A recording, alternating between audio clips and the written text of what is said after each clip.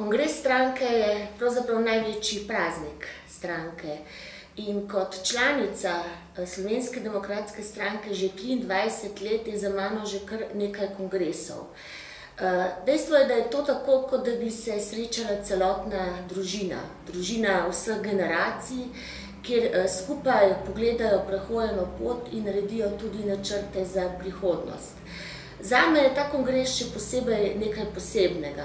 Namreč do sedaj sem vse kongrese nekako soustvarjala v organizacijskem delu, tokrat pa bom ta kongres spremljala drugače, na drug način. Veselim se tega kongresa, veselim se tega praznika Slovenske demokratske stranke in veselim se vseh, ki se bojo zbrali, predvsem vseh tistih, ki seveda nosimo Slovenijo v srcu.